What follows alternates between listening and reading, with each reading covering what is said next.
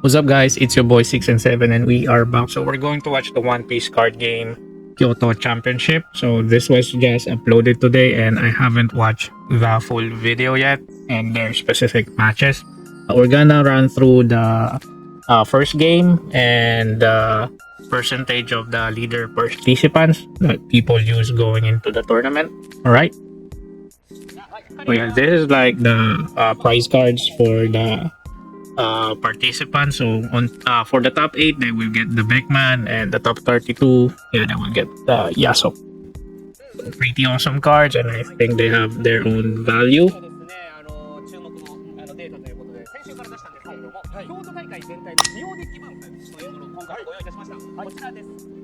Alright, so this is the leader participant going into the tournament. So I already translated them, and yeah, here it is. So yeah, we still have Blue-Purple Luffy, like 25% of the tournament use this leader, still the most dominant leader in the current format, pretty consistent. And we have Green Zoro going in 14%. All right, that's expected. And Green-Purple Luffy, we have 10%. Meanwhile, the rest, Yellow NL, Red Rayleigh, Red Zoro, Red Yellow Betty, Black Lucci, all of them are for 4%. And the rest, Green Bonnie 3%, Purple Luffy 3%, and others at 20%. So yeah, very interesting leader participants here. And it seems people are choosing Red Rayleigh and Green Zoro among the OP12 leaders, because we're not seeing a lot of blue Kuzan, purple yellow Rosinante, and black and yellow Belobetti. Black and yellow Koala, I mean. So yeah, I think they're still experimenting about the stable build from that leaders. All right. So going into the top 16 finalists. So still we have Blue-Purple Luffy, 8 players. All right. So next is Green-Purple Luffy, 3 players, and I think he's back. And what else? Red Rayleigh, 2 players, and the rest Blue Nami. We have Blue Nami at the top 16. Oh my god. And Blue Yellow Nami, 1 player, and Black Lucci. So yeah. Thing that I noticed here, there is no Green Zoro, so perhaps players already did their homework and know how to counter play Zoro's gimmick. That's why he's not here. But it's surprising that we have a Blue Nami going into the top 16. What the heck? Right now I'm intrigued. Because yeah, I don't know how this player manages to pull this. So this is what's great about One Piece. Regardless of the meta, if you have like full deck mastery of the leader that you're using, you can, establish great things going into the tournament. You just need, full deck mastery, and that's it. The deck will help you out. Anyway, so we're going into the game now.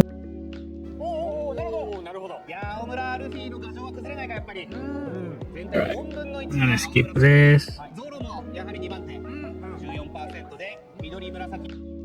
So, yeah, here's the match. On the left, we have Blue-Purple Luffy.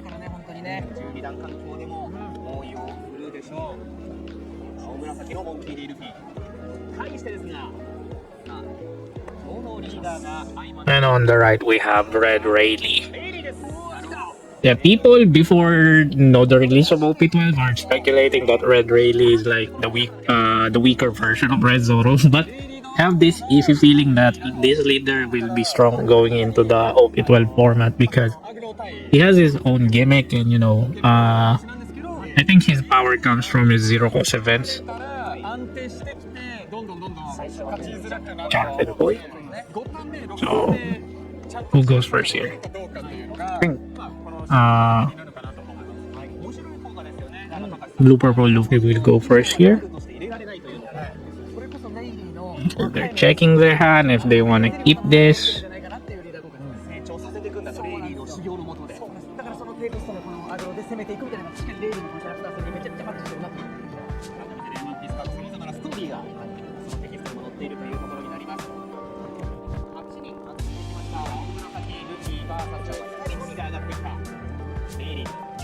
Okay, they choose to mulligan. I don't know how bad is their opening to mulligan that, but they're the pros. They know their decks.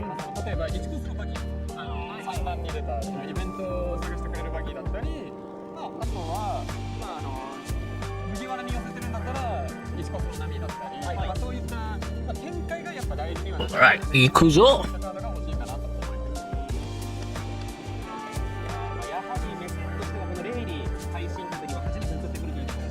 Silvers Rayleigh. I really have this hunch because I made videos of these leaders before their release, and I managed to calibrate them, and I really knew that Rayleigh really has the potential to be meta.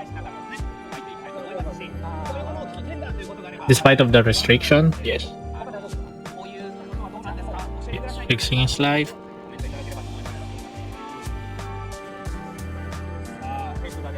Okay, that's a question. Alright, now he will have a bad time here. He doesn't have event cards that helps him ramp dons. That's like freaking big part. And he has the old build, which is Kairos, but I think this will help him to prolong the game kind of, because it bounces characters like 5 or less. Does it bounce like characters 5 or less? Sorry guys, I'm gonna I'll type this from time to time to check the effects of some cards. Where is it? Alright, here it is. So Kairos bounce cards like 5 or less, right? All. The on-play return up one character with also 5 or less to the owner's hand. So that's it. Yeah, he's in trouble here because Red's nature is swinging hard in the early game, and Blue-Purple Luffy is like a setup deck that requires ramping down fast so he can reach his power spike, which is at 8 dot. Oh god. Ooh, now that's an good opening for Rayleigh. So he has Boa Hancock. So sorry guys, I'm gonna post the video from time to time. So if you're a new viewer or a veteran player who is not familiar with the effects of a specific card, I'm going to explain it so you can follow the game more smoothly. So Boa Hancock has an on-play look at the 5 cards of your deck, add 1 Monkey D. Luffy or 1 red event, and add it to your hand, and place the rest at the bottom of your deck in any order. And it has an activate main. You may trash this card, give up to 2 rested don to your leader or one of your characters. That's a pretty neat effect. So multi-purpose. And next we have Observation Haki. So its main, you may give 1 active don card to one of your Silvers Rayleigh. Look at 4 cards from the top of your deck, reveal 1 red event or up to 1 character with a cost of 3 or more, and add it to your hand and place the rest at the bottom of your deck in any order. So he has 2 of this. Okay, so yeah, and at the most left, that's Nami, right? So he has 4 searchers in his opening hand, so that's pretty good. And the last card in the middle is that's Supreme King Haki.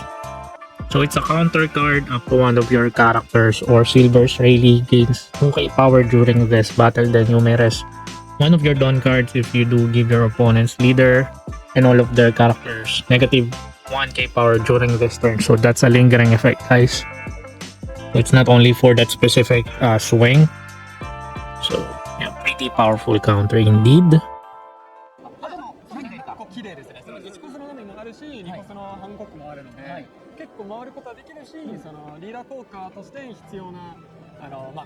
So this is the ideal opening hand, guys.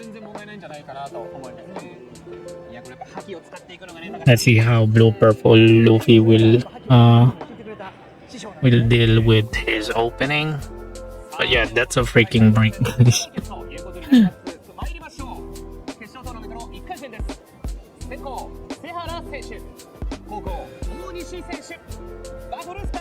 Battle start to this.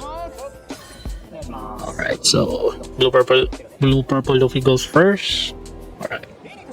Rayleigh's turn.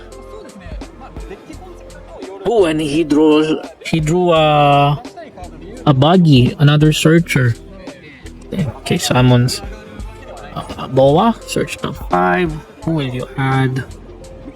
He adds a Luffy. Oh my god, this is like a god hand. He has like Luffy. If you're not aware, Luffy has an effect. So his passive effect is if you have a total of 2 or more given Dawn cards, this character gains plus 2k power. So even if he doesn't have, 2 attached Dawn to himself, he will gain that 2k power. Alright, and as an on-play, you may reveal 2 events from your hand. Play up to 1 red character with 3k power or less from your hand, and give up to 1 rested Dawn card to your leader or one of your characters. So this is like your key core character from the deck. Alright, so this will help you like go wide in the early game, and give you a real advantage when it comes to tempo.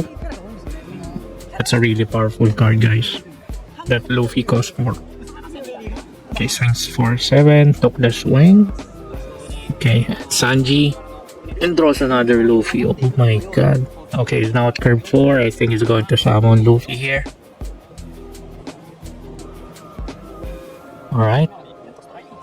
Okay.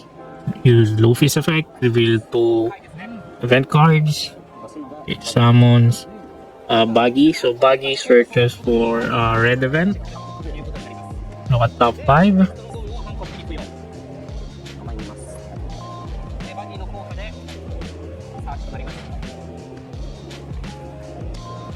Okay, what did he add? So he adds arms haki. So its main, you may give 1 active Dawn card to one of your Silvers Rayleigh, up to one of your leader character cards, gains plus 1k power during this turn. It's also a counter. Up to one of your characters or Silvers Rayleigh, gain plus 2k power during this battle. Multi-purpose, both effects are useful. Okay. Wings for 6. Use Boa's effect, gives 2 rested on to Silvers Rayleigh, swings for 7. Alright.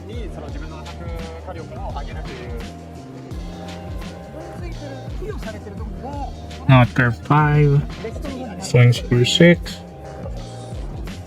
Okay, took the swing. Summons Nami. Okay, draw 3.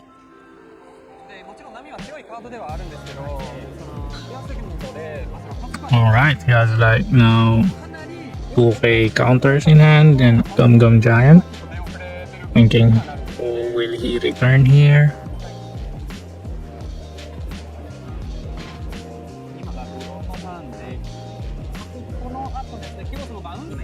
Right, he returned Kairos and he just updates them. Kairos and Big Mom. Okay, go for turn. Alright, so you use the... Where is it?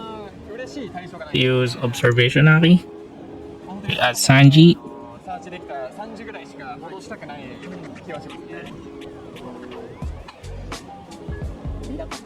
Alright, use Luffy's effect.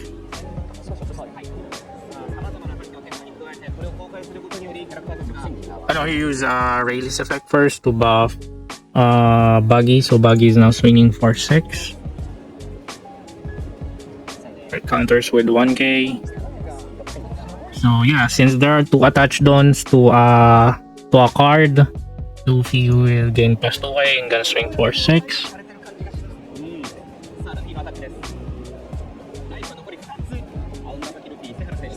He counters with 2k. Summons Luffy. Use Luffy's effect, reveal 2, summon Sanji. Alright. Gives 1 arrested on to Rayleigh, then swings for 7. It counts. See, that's the great thing about the Silvers Rayleigh, because you can, play around with your Dawn, even if they're used, allocating rested Dawn because of your characters or events or leaders effect, you can utilize the buff. Pretty strong deck indeed. You know how to, technically use your effects. Okay, he's now at curve 2, 4, 6, 7. That's really hard for Blue-Purple Luffy here because he just traditionally ramps his down, without relying on event cards. Swings to Buggy. Right. Use all of his dawn. Gonna summon like Kairos. Okay, who will he bounce here? Okay, bounces the active Luffy to the hand. Ends his turn. Turns all the dawns. He's now at curve 8, 2, 4, 6, 8. Alright. Okay. Use observation Haki again. Search top 4, then gives one active dawn to Silvers Rayleigh and adds Sanji.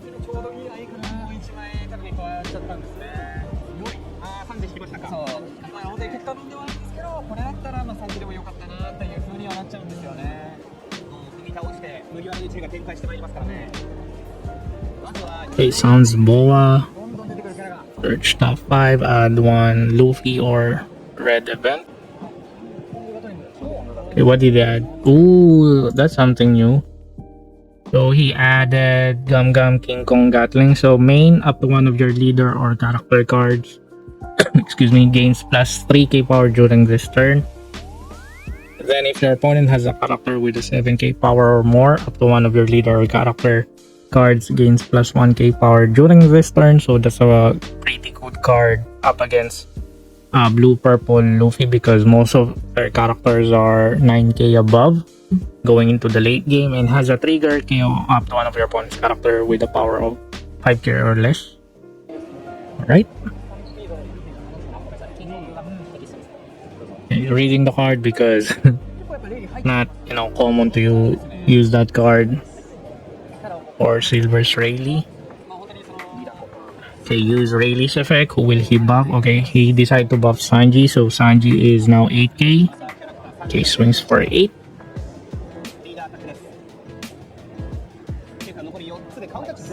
Okay, took the swing.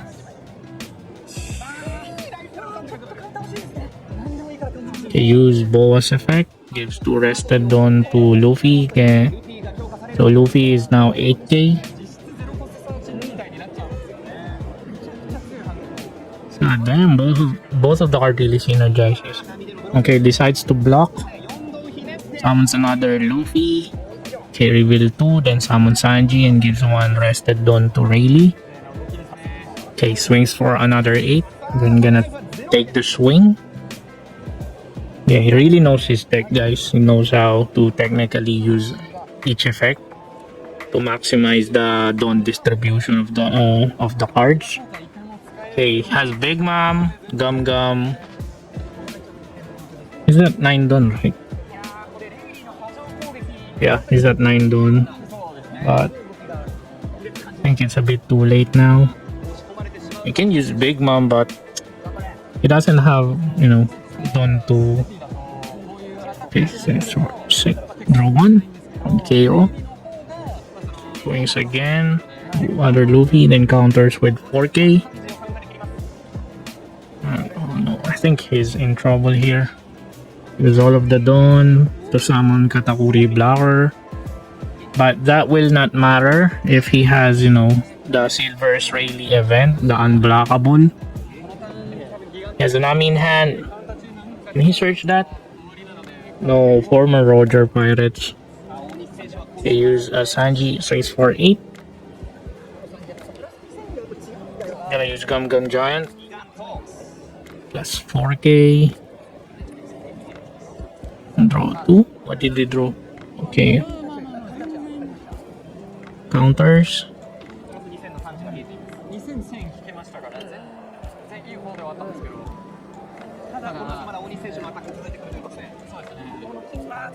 King Kong Gatling. So Luffy is now like 8k at the moment. Then what? 8K.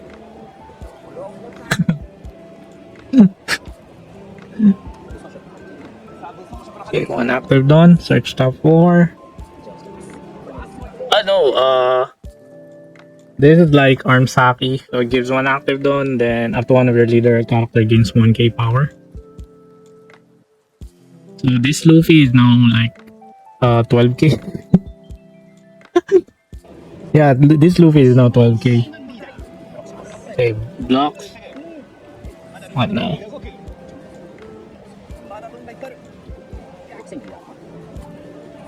How many done remaining there? Okay, swings for 6. Counter swing 1k. How many is that?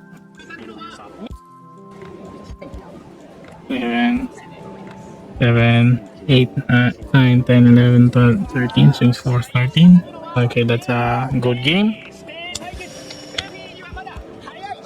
Yeah, seeing him pilot the Silvers Rayleigh pretty smoothly. Yeah, has, you know, I think deck mastery over it. Pretty smooth match.